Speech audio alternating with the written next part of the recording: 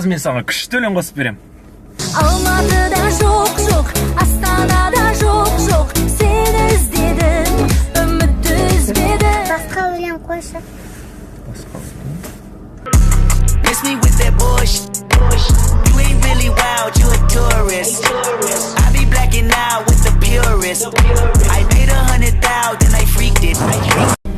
Сонымен, балалар түсінікті ғой, иә? Балалар айтыңдаршы кәне.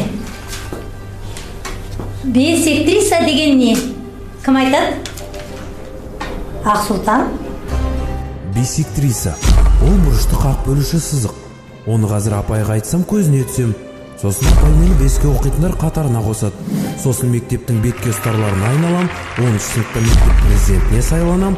Сосын универге дәл сол абыроймен түсіп старостадан бастаймын. Солай бәрімен танысып алып, сол дипломмен бітіріп, кейін сол дипломмен жақсы бір жұмысқа кіріп, партияға қосылам. Жұмысым нәтижелі болса, депутат болам, министр, премьер-министр, тіпті кейін президент болалам. Сосын өмірім өзгереді. Күнде жиналыстар, бос уақыт жоқ, уайым қайғы, ал Кеннеди сияқты атып кетуі мүмкін ғой. Сонда осының бәрі бисектриса үшін бе? Бисектриса не екенін білмеймін, апай.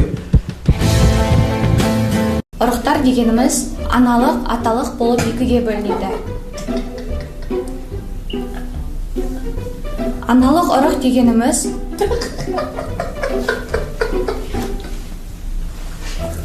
дегеніміз ол кішкентай жасуша клеткаларынан, аталық ұрық дегеніміз сперматозоидтардан тұрады. Ағай, күле бермеңізші, өзім әрең айтып тұрғанда. Так, фамилияң кім дедің? Мырзагулова. Мырзагуловаға 5. Келесі байлап. Түнер қызық тақырып екен. Бүгінгі тақырып түсінікті болса, мен үй тапсырмасын сұрауды бастайын. Так, Майлыбаев баста. Майлыбаев ол журналда 8-ші тұр. Мен 13-ші, демек қазір 5 адамнан кейін менің кезегім келеді. Оқымадым деп айтсам 2 қояды. Мүмкін кеше ауырып қалдым деп айтамын. Мұғалім, кеше ауырып қалып температурам шығып. Сабақ оқи алмадым. Мынау менің сылтауымды айтып қойған несі? Отыр. Онда үйде кешкісін свет өшіп қалды деп айтамын. Әлбек. Апай, кеше үйде свет болған жоқ, сондықтан оқи алмадым. Мырзағалиева. Оқыдым, бірақ түсінген жоқпын деген сылтау ғана қалды. Соны айтып қоймаса екен. Апай, мен оқыдым, бірақ түсінбедім. Қалиев. Ешкім ешқайда бармайды.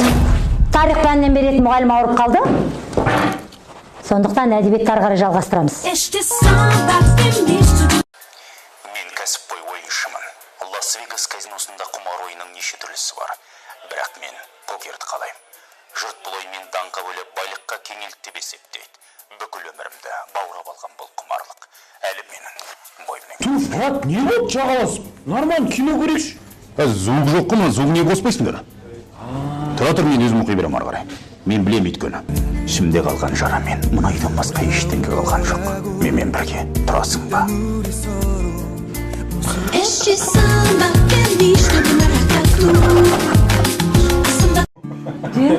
Ал енді, аға, бата беріңіз асқа. Құдайға бата беріп жүріңіз. Өзің төрде отырсың, бата берсейші өзі. Құда деген атың бар ғой. Өзің берші. Мұртың бар ғой. Өзің берсей. Қып сау керек еді. Бата бермеуші. Майсы болды ғой. Сол. Не деймін енді сол? Дастархан. Иә, дастархан, қуаныш, сол. Салаттарың манты дәмді болды, рахмет. Иә, сол мол болсын, осылай. Қуаныш. Иә, сол ақша ғой қазір, сол ақшаларың көп болсын. Жыл сайын батаның орнына тост айтатын аталарымыз көбеюде. Амин. Той, құдай. Ұнамай ма бата шығып кетіңіз. Сол үшін Аллах бар. Алып қой.